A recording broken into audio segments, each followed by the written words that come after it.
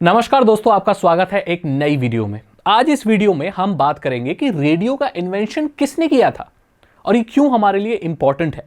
भारत में बहुत सारे लोग ये मानते हैं कि श्री जगदीश चंद्र बोस ने रेडियो का इन्वेंशन किया था, लेकिन फादर ऑफ रेडियो क्यों श्री गुगलेल्मो मार्कोनी जी को कहा जाता है? ऐसा क्यों है, इस चीज के बारे में बात करेंगे। आपने बहुत सुना होगा कि बहुत सारे लोग बोलते हैं कि भाई जीमेल का आविष्कार भी इंडिया में हुआ था, या फेसबुक का आविष्कार भी इंडियन ने किया था, उसके बाद मार्क ज़करबर्ग ने छीन लिया। उसके ऊपर बाद में करेंगे बात, लेकिन आज हम रेडियो के इन्वेंशन के बारे में बात करने वाले हैं। तो यहां पर दो बड़े नाम सामने आते हैं, श्री जगदीश चंद्र बोस और श्री गुगलेल्मो मार्कोनी। पहले हम बात करते हैं गुगलेल्मो मार्कोनी जी के बारे में। इनका जन्म हुआ था 1874 में। ये एक इटालियन इन्वेंटर और इलेक्ट्रॉनिक्स इंजीनियर आप कह सकते हैं उस जमाने के थे। इनका ज्यादातर काम मशीनों के साथ ही जुड़ा हुआ था और इनको फादर ऑफ रेडियो कहा जाता है। अब गुगलेल्मो मार्कोनी जी ने क्या किया था कि 1895 के वक्त में लगभग कॉरर क्रिस्टल डिटेक्टर जो होता है उसका इस्तेमाल करके एक ऐसा रेडियो बनाया जो कि कम्युनिकेट कर सकता है, यानी रेडियो तरंगे छोड़ सकता है, जिससे आप अभी कोई भी रेडियो चलाते हो या बात करते हो, टेलीफोन सैटेलाइट जो भी चल रही है, तो बेसिकली उन्होंने ये इन्वेंट किया कि रेडियो से कम्युनिकेट किया जाता है, किसी संदेश को एक जगह से दूसरी जगह वायरलेसली भेजा जा सकता है। उस चीज का इन्वेंशन उन्होंने किया था। बहुत बढ़िया। अब बात करते हैं श्री जगदीश चंद्र बोस के बारे में। इन्होंने गुगलेल्मो मार्कोनी से 2 साल पहले, यानी कि जब मार्कोनी जी ने जब रेडियो को एक सक्सेसफुली करके बताया था, उससे 2 साल पहले उन्होंने डेमोन्स्ट्रेट कर दिया था कि रेडियो कैसे काम करता है। उन्होंने खुद का डिजाइन इस्तेमाल किया था। श्री जगदीश चंद्र बोस ने खुद का डिजाइन 2 साल पहले, जो कि गैलेना क्रिस्टल डिटेक्टर था, इस्तेमाल किया था और लोगों को यह बता दिया कि भाई रेडियो से सिग्नल्स भेजे जा सकते हैं। एक्चुअली इससे कम्युनिकेशन भी हो सकता है और सिग्नल से और कोई भी चीज को ब्रॉडकास्ट किया जा सकता है। अब यहां पर श्री जगदीश चंद्र बोस ने खुद का डिजाइन किया था, लेकिन एक प्रॉब्लम थी। उन्होंने 2 साल पहले मार्कोनी से ये चीज दिखा तो दी थी, लेकिन उन्होंने इस चीज को पेटेंट नहीं कराया था।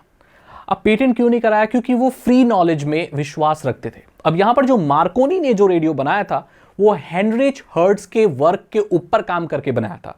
उन्होंने एक्चुअली रेडियो को इन्वेंट नहीं किया था। मार्कोनी ने रेडियो को इन्वेंट नहीं किया था, बल्कि जो हेनरिच हर्ट्ज के जो काम है उसी को आगे बढ़ाते हुए एक वर्किंग मॉडल बनाया था और उसे एक्चुअली इंप्रूव किया था। उन्होंने बहुत सारे तरह के एंटीनों के साथ एक्सपेरिमेंट किया था, मेटेलिक प्लेट्स के ऊपर काम किया था और एक ऐसा मॉडल बनाया था जो कमर्शियली इस्तेमाल किया जा सके। और इसीलिए मार्कोनी ने उसे फटाफट से पेटेंट करा लिया ताकि फाइनेंशियल बैकिंग मिल सके और उनके साथ रेडियो की इन्वेंशन को जोड़ा जा सके। इसीलिए उन्हें फादर ऑफ रेडियो कहा जाता है, जबकि वो इन्वेंशन नहीं कर रहे थे, बस एक वर्किंग इंप्रूव करके बना दिया था हेनरिच हर्ट्ज के वर्क पे। और कॉरर जो क्रिस्टल डिटेक्टर है वो इस्तेमाल किया था, जबकि जगदीश चंद्र बोस ने खुद का डिजाइन इस्तेमाल किया था। अब जगदीश चंद्र बोस ने ऐसा क्यों किया? मार्कोनी से 2 साल पहले रेडियो इन्वेंट करने के बाद या वर्किंग मॉडल बनाने के बाद भी उन्होंने क्रेडिट क्यों नहीं लिया? उनका यह मानना था कि नॉलेज फ्री होनी चाहिए और ये सिर्फ उन्होंने समाज के लिए चीज बनाई थी, ना कि अपना क्रेडिट लेने के लिए।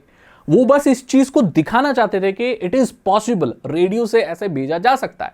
तो आप जगदीश चंद्र बोस के हिस्ट्री पे जाते हैं। इनका जन्म 1858 में हुआ था, यानी कि मार्कोनी से ये उम्र में बड़े थे। अब ये एक पॉलीमैथ थे। पॉलीमैथ का मतलब होता है ऐसा कोई भी व्यक्ति जिसे बहुत सारे एरिया की, बहुत सारी फील्ड की नॉलेज हो।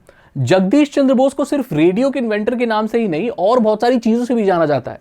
उन्होंने बड़े बड़े इंस्टीट्यूट भी बनाए और उन्होंने प्लांट की फिजियोलॉजी के ऊपर बहुत ज्यादा काम किया। उनको पायनियर माना जाता है, सिर्फ रेडियो के में ही नहीं, इस प्लांट की उसमें भी। उन्होंने ये इन्वेंट किया था कि जो प्लांट्स, पेड़ पौधे जो होते हैं वो भी टच, है ना, लाइट, इलेक्ट्रिक, इन सब चीजों पर रिस्पॉन्ड करते हैं, स्टिमुली जो देते हैं। इससे पहले कोई नहीं जानता था, सबको ही लगता था पैसिव लिविंग है, ये सब ठीक है भाई, पेड़ पौधे हैं, लेकिन ये इंस्टेंटली किसी चीज पर रिएक्ट नहीं कर सकते। उन्होंने ऐसी चीजें बनाई थी, ऐसे इन्वेंशन किए थे जिससे हम ये पता लगा सकते हैं कि कोई भी चीज हम पौधों के साथ जब करते हैं तो इंस्टेंटली पौधे रिएक्ट करते हैं, बट हम उसे आंखों से नहीं देख पाते, ऑब्जर्व नहीं कर पाते। लेकिन उन्हें ऑब्जर्व किया जाने लगा जगदीश चंद्र बोस जी के जो भी रिसर्च थी या जिन्होंने एक्सपेरिमेंट किया था, जो भी इन्होंने इन्वेंट किया था। तो प्लांट्स के ऊपर उनका बहुत काम है। उन काम के ऊपर पढ़ के ही लोगों ने और ज्यादा काम किया और पौधों को, पेड़ों को और अच्छे से समझा। उससे पहले इतने अच्छे से नहीं समझ पाते, क्योंकि पता ही नहीं था ना भाई लोगों को। सब तो यही मानते थे पेड़ पौधे ऐसे ही, ये कुछ रिएक्ट नहीं करते, ये कुछ अंदर कुछ नहीं चलता इनके, तो ये सारी चीजें उन्होंने पता लगाई थी। तो यहां पर उनको वास्ट नॉलेज थी और बहुत सारी फील्ड की जो कि मार्कोनी को नहीं थी। तो मैंने आपको बता दिया इन दोनों में कैसे कैसे काम किया, क्या क्या किया। आप देखो, अगर वो पेटेंट करा लेते, जगदीश चंद्र बोस अगर रेडियो को जो उन्होंने किया था, डेमोन्स्ट्रेट किया था, अगर वो उसे पेटेंट करा लेते तो आज उनको फादर ऑफ रेडियो कहा जाता। लेकिन अब देखो, अब नॉलेज आपको पता चल गया, पेटेंट कराओ ना कराओ, जो सच्चाई है आपके सामने है। मार्कोनी को सारा क्रेडिट जाता है, लेकिन उनसे पहले जगदीश चंद्र बोस ने कर लिया था ये चीज। अब ये लोग सोचेंगे कि सागर भाई ये तो एक टेक्नोलॉजी का चैनल है और हम तो रेडियो सुनते नहीं। तो मैं तो सुनता हूँ, खैर मैं आपको दिखाता हूँ। मेरे पास ये एक रेडियो है, मैं अभी भी अब के वक्त में रेडियो सुनता हूँ। आप में से कितने लोग हैं ऐसे जो रेडियो सुनते हैं, आई डोंट नो।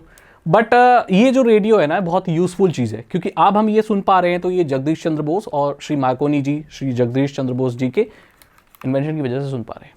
बोलेंगे ये तो कोई अब सुनता नहीं है। तो मैं बता दूं, जो ये रेडियो का इन्वेंशन हुआ था, ये सिर्फ इसके लिए नहीं हुआ था, ये हुआ था बहुत सारी चीज़ों के लिए।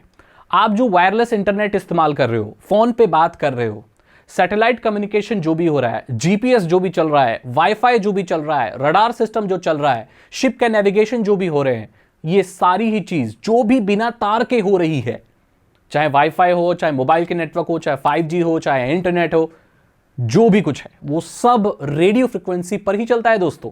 और इसकी शुरुआत इन्हीं महान लोगों ने की थी। अगर इन्होंने नहीं की होती तो आज ना आप रेडियो सुन रहे होते, ना शायद इस वीडियो को देख रहे होते, ना आपके घर में वाईफाई लगा होता, ना जीपीएस काम कर रहा होता, ना शिप्स कम्युनिकेट कर पाते, ना मिलिट्री कम्युनिकेट कर पाती, ना टेलीफोन होते, ना कुछ होता, कुछ भी नहीं होता।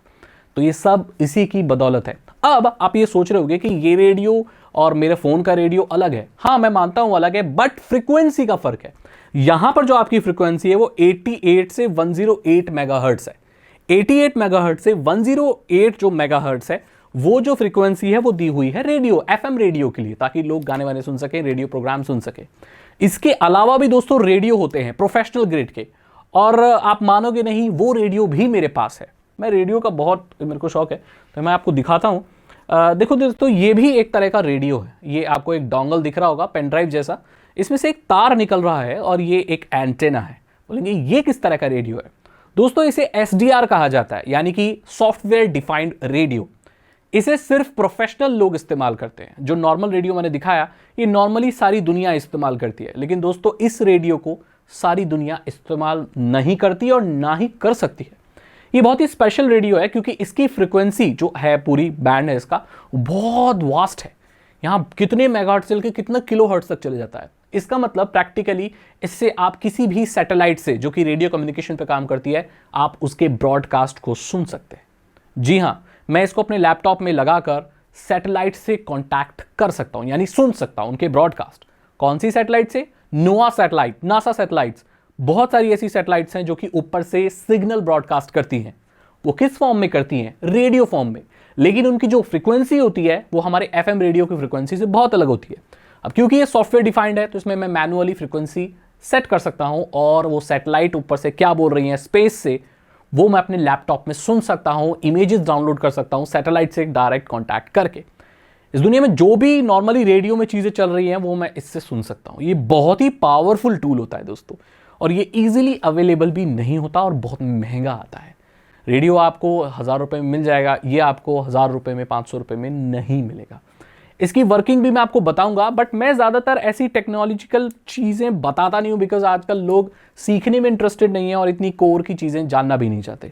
बट मेरा पैशन है, मैं ये बैकग्राउंड में जब कैमरा ऑफ होता है ये सब करता रहता हूँ। अगर आप इंटरेस्टेड हो सैटेलाइट कम्युनिकेशंस में, है ना, UFO और इन सब चीज़ों में, मैं करता रहता हूँ। सैटेलाइट्स कहाँ से जा रही हैं, कौन सा सिग्नल दे रही हैं, क्या रेडियो सिग्नल्स आ रहे हैं, कहाँ से आ रहे हैं, वो मैं छत पे बैठकर करता रहता हूँ।